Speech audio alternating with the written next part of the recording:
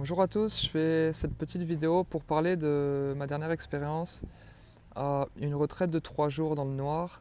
Vous trouverez dans la description les détails et le sommaire de cette vidéo. J'ai pas l'habitude de faire des vidéos, mais c'est vrai qu'il y a beaucoup de personnes qui m'ont demandé un retour d'expérience, donc je vais prendre quelques minutes pour faire une petite vidéo simplement. Il y aura plusieurs parties. La première, donc, ça sera, je vais montrer donc rapidement la pièce dans laquelle j'ai fait la retraite. Après, on va parler un petit peu de la différence entre une retraite de méditation classique et la différence avec celle qu'on fait dans le noir. Et également, donc, rapidement mon expérience, comment ça s'est passé et la réflexion que j'ai eue donc finalement après l'expérience, parce que là, ça fait maintenant une semaine que je suis parti du Mexique, du coup, de la méditation et que je suis rentré en France. Donc là, c'est le centre dans lequel j'étais avec une jolie vue Amazonte au Mexique. Ici, vous pouvez voir la boîte dans laquelle il me faisait passer la nourriture chaque jour. Avec deux portes pour éviter de faire passer la lumière. Une porte est ouverte à chacun, donc ils ouvrent la porte, ferment et moi j'ouvre la mienne. Là, les coussins de méditation, matelas de yoga, l'eau, etc. avec la petite porte à droite que j'ouvrais pour le repas. Une salle de bain très simple. La chambre est très simple, comme vous pouvez le voir. Et là, donc des rideaux qui protègent bien de la luminosité, qu'on peut fermer bien correctement. Comme ça, il n'y a vraiment aucun faisceau lumineux. La principale différence entre une retraite dans le noir et une retraite donc classique avec des professeurs, des instructeurs et d'autres étudiants, c'est que déjà la retraite dans le noir, elle se fait toute seule. Il n'y a pas d'instructeur et il n'y a pas d'instructions qui sont données. Donc on doit organiser son temps à notre manière, sachant également qu'on est dans le noir, on n'a pas de téléphone et on n'a pas de montre pour savoir quelle heure il est. Donc il faut vraiment se maintenir avec sa pratique pour éviter d'être beaucoup trop pensif, rentrer dans des schémas de pensée qui sont trop négatifs et bien inutiles surtout. Donc ça c'est la première chose. La seconde, évidemment, c'est le fait d'être dans le noir. En règle générale, les méditations classiques, on n'est pas dans le noir, on n'a pas les yeux bandés ni quoi que ce soit. Donc là, la différence, c'est qu'on rentre dans une chambre, on ferme les fenêtres et on peut, donc vous pouvez, comme vous l'avez vu dans la vidéo, mettre des choses pour couvrir vraiment les encadrements et même recouvrir avec du scotch pour qu'il n'y ait vraiment aucun faisceau lumineux qui rentre. Euh, Ensuite, donc, on n'a aucune connaissance du temps. Il y a des repas qui sont donnés dans la retraite que j'ai faite, donc c'était 10h30 et 17h30. Donc j'avais quand même une vague idée de l'heure qu'il était, mais c'est vrai je pouvais me perdre un petit peu, donc disons de 2 heures environ, un creux de 2 heures. Les autres différences qu'il y a, c'est également l'effet de groupe. Je me suis rendu compte que dans les méditations classiques, donc par exemple les retraites que je fais en règle générale Vipassana, ce sont des retraites de 10 jours qui sont silencieuses également, sauf qu'il y a un groupe de personnes, donc on médite à plusieurs, il y a un encadrement, il y a un emploi du temps qui suit, donc c'est vrai que par exemple quand on va rentrer un petit peu dans nos pensées, etc., on peut se perdre un petit peu, être un petit peu négatif émotionnellement, mais l'heure arrive et on va devoir retourner méditer, on va devoir aller manger, etc., et ça va un petit peu euh, nous faire se changer les idées, quoi. Sauf que quand on est dans le noir, il n'y a absolument rien du tout qui peut nous changer les idées. Donc il faut vraiment être responsable en une certaine manière de nos pensées, se rendre compte à quel moment on pense et se rendre compte, bon bah là on est en train de penser d'une manière un petit peu qui est inutile ou négative, donc on se remet à la pratique. Ensuite, les autres différences, euh, bon évidemment il y a le fait de ne pas voir. Le fait de ne pas voir, ça change beaucoup de choses. Euh, Également, par exemple, je peux comparer une fois de plus par rapport à la Vipassana quand j'ai ces retraites-là. Quand je suis un petit peu négatif ou quand je suis un petit peu fatigué, j'ai plus trop envie de méditer ou quoi que ce soit, je peux aller me promener et je peux regarder les oiseaux, je peux écouter les oiseaux, etc. Me changer les idées, quoi, tout simplement. Sauf que dans le noir, évidemment, déjà, il n'y a pas de bruit et on peut pas marcher, on voit pas où on marche et on peut rien voir. Il n'y a pas la nature pour se distraire un petit peu, il n'y a pas la beauté des oiseaux. Regarder un petit peu les autres, se dire, imaginer comment ils peuvent se sentir ou que ce soit. Il n'y a absolument rien pour se distraire, tout simplement. Je pense que c'est tout par rapport à la partie différence. Je reviendrai sur différents points si c'est nécessaire après. quand on médite beaucoup, etc., pour nous, ça paraît très clair. Il y a des raisons qui sont très, très facilement à trouver. Sauf que j'imagine, c'est vrai que je ne me mets pas souvent à la place de ces personnes-là, mais pour les gens qui n'ont jamais médité, donc j'ai beaucoup d'amis qui n'ont jamais médité, et j'imagine qu'ils doivent se dire pourquoi est-ce qu'il fait ça, c'est un peu bizarre. En fait, tout simplement, aller passer 3 jours dans le noir, c'est exactement comme faire une retraite de méditation de 3 jours, sauf que c'est beaucoup plus intense. Euh, et donc évidemment, quand on pratique, on cherche à augmenter un petit peu finalement son niveau et avoir plus de compréhension finalement. Donc c'est comme celui qui fait du tennis, parfois il va faire des stages d'une semaine, des stages intenses d'une semaine pour pratiquer plus, s'améliorer. Ben moi ou bien les autres, hein, j'imagine qu'on va faire des retraites dans le noir, des retraites silencieuses de 10 jours, 20 jours, 30 jours, peu importe, pour pratiquer plus et finalement se trouver plus avec soi-même, avoir plus de réponses par rapport à ce que nous sommes, ce que nous faisons là, je pense, sur Terre finalement. Comment réduire la colère qu'on a de tous les jours, comment réduire toutes ces émotions négatives, la colère, la peur, la haine, les doutes, etc. Et pour pouvoir finalement les transformer ou bien laisser place à l'amour, la compassion, le bonheur, la paix mentale, toutes ces choses finalement je crois que tout le monde recherche dans sa vie. Laisser place un petit peu au stress et trouver un calme, un équilibre entre soi-même, les autres, l'univers, la nature, nos pensées, etc. Tout simplement. Donc, passer rapidement à la partie ma propre expérience. Donc, je suis rentré jour 0 vers 18 h. Le jour 1, j'ai passé beaucoup de temps à dormir. Je pense que j'ai dû dormir 14-15 heures. Euh, c'est passé donc très vite. J'ai un petit peu médité, j'ai fait un petit peu de yoga, un petit peu de sport. J'ai mangé, c'est passé très vite. Par contre, pas mal de pensées négatives. Pas mal de pensées négatives, pas par rapport au fait d'être dans le noir et de m'embêter ou quoi que ce soit, mais plutôt par rapport à des projets de vie que j'ai entre guillemets, sauf que j'ai eu des schémas de pensée qui étaient complètement inutiles dans le sens où ils étaient démesurés, quoi. J'ai pensé beaucoup trop, je m'en rendais compte et je pratiquais de plus en plus pour calmer tout ça. Le jour 2, ces pensées se sont vachement calmées, j'étais beaucoup plus calme, j'ai dormi peut-être, je sais pas, j'imagine environ 10 heures, une estimation. Les pensées étaient beaucoup plus calmes.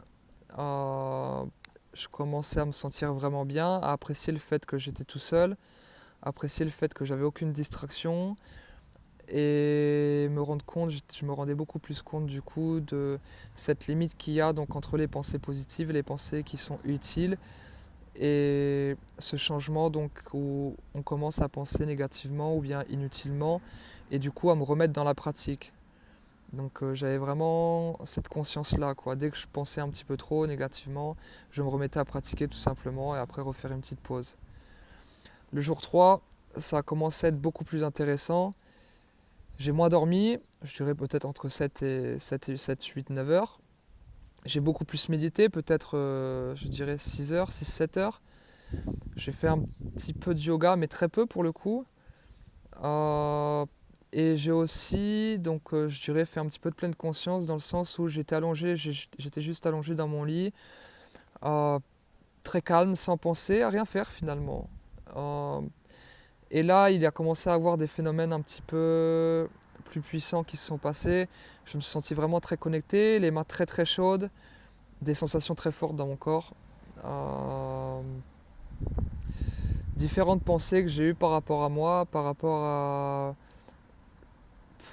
à ma vie en règle générale, par rapport à pourquoi est-ce qu'on est sur Terre, avoir des réponses un petit peu plus profondes, je dirais.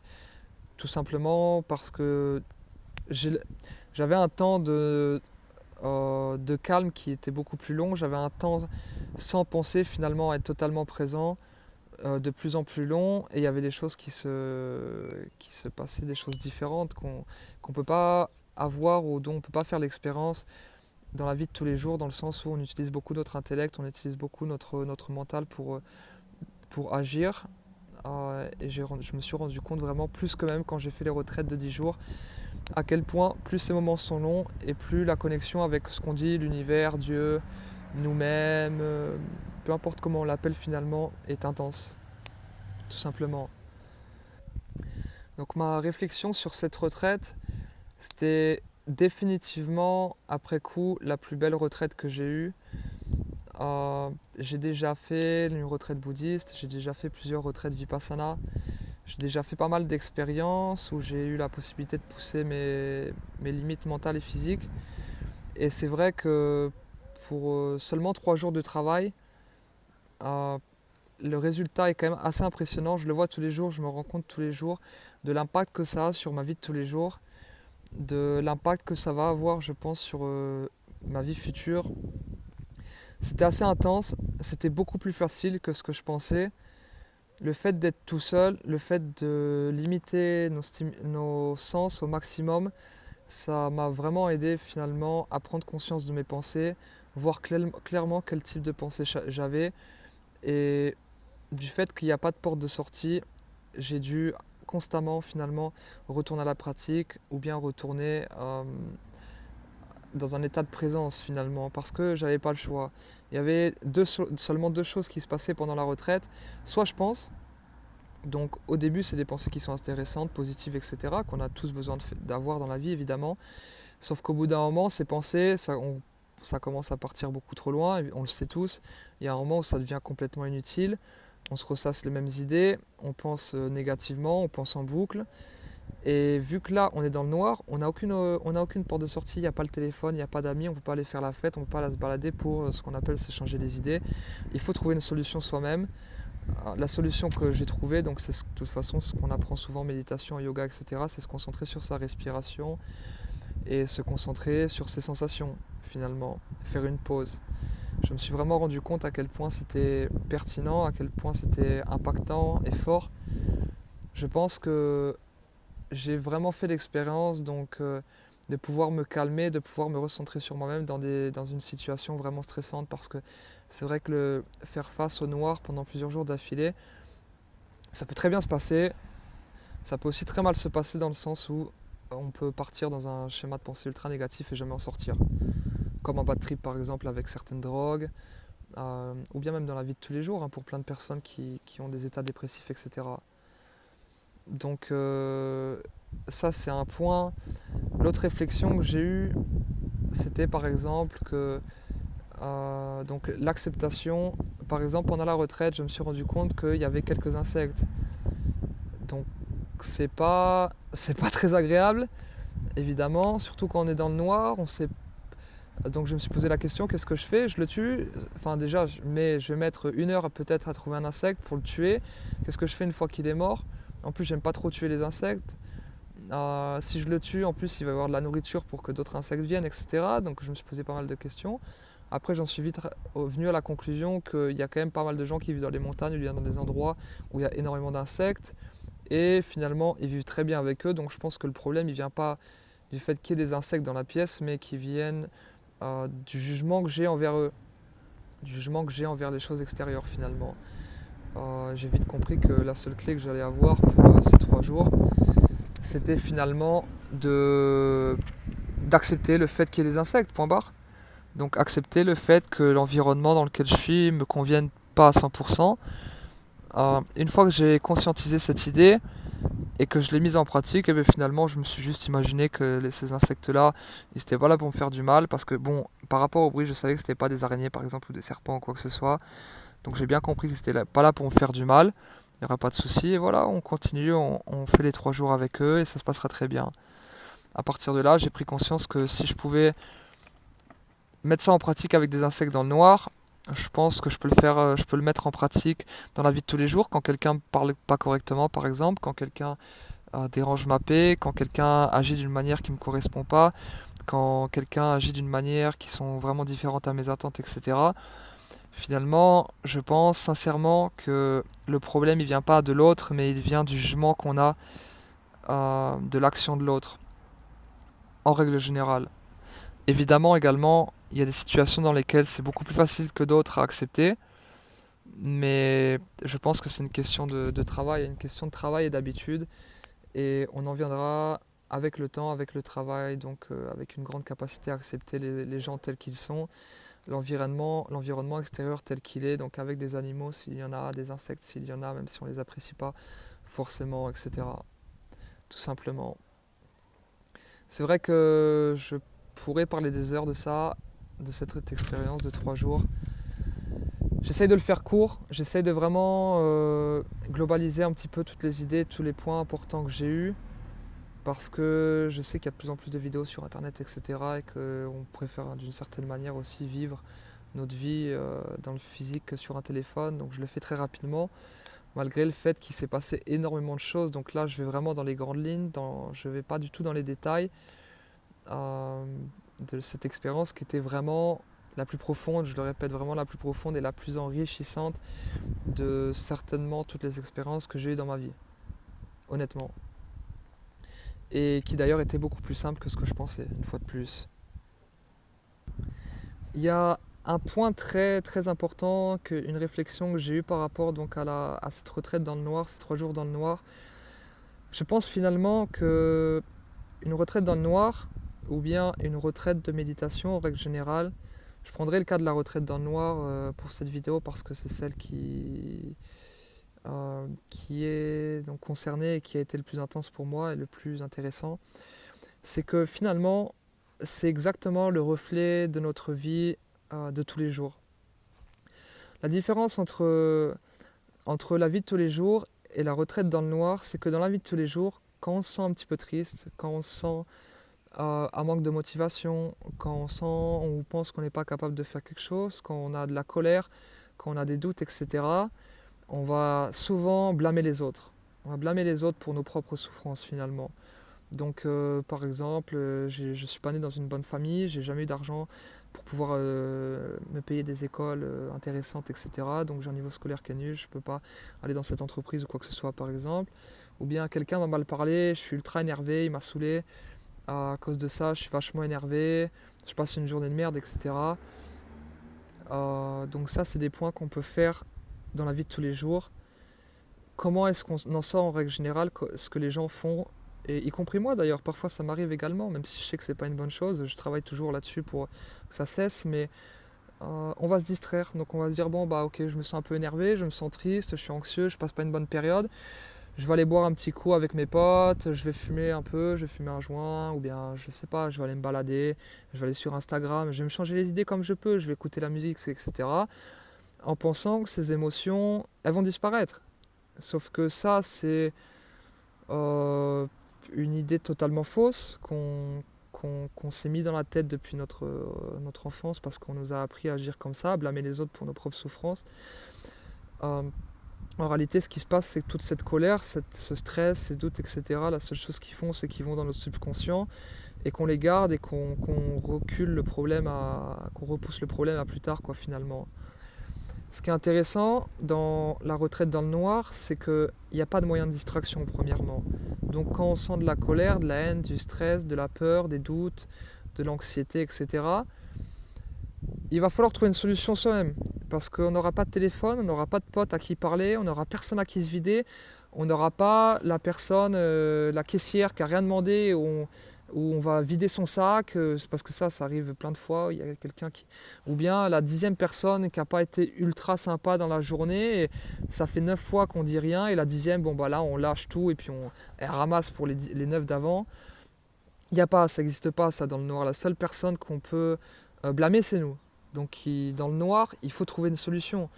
Si je me sens pas bien, il faut que je trouve une solution. Et finalement, bah, on se rend compte que la seule solution, c'est de se reconnecter à soi-même, quoi. C'est se calmer ce flux de pensée qui est instable, qui est constant, qui est complètement déraisonné, qui nous tue au quotidien finalement. Et qui fait qu'aujourd'hui, bah, y a des gens qui font des burn-out, qui fait qu'aujourd'hui, il y a énormément de gens qui font des dépressions, qui fait qu'il y a plein de gens qui prennent des cachets pour se soigner, pour se calmer, qui fait qu'aujourd'hui, il y a plein de gens qui vivent dans la peur, dans le doute, qui pensent qu'ils ne sont pas capables de faire plein de choses, qui fait qu'il y a 90% des fumeurs qui ont arrêté 35 fois de fumer dans leur vie. Pendant ces 3 jours, on a vraiment la possibilité de prendre conscience de nos émotions négatives qui chaque jour nous détruisent. On a vraiment la possibilité d'en prendre conscience et d'apprendre une nouvelle manière finalement d'y faire face. Donc finalement d'apprendre qu'on a la capacité, chaque être humain, de vivre avec elle d'arrêter d'y réagir, de prendre conscience tout simplement qu'on a un petit peu d'anxiété, de haine, de colère, de doute, peu importe. Euh, et à ce moment-là, au moment où on prend conscience de ça, on se reconnecte avec nous-mêmes, on se détend, on calme un petit peu ce flux de pensée, hein, parce que finalement, toutes ces émotions négatives, elles sont transmises par des pensées.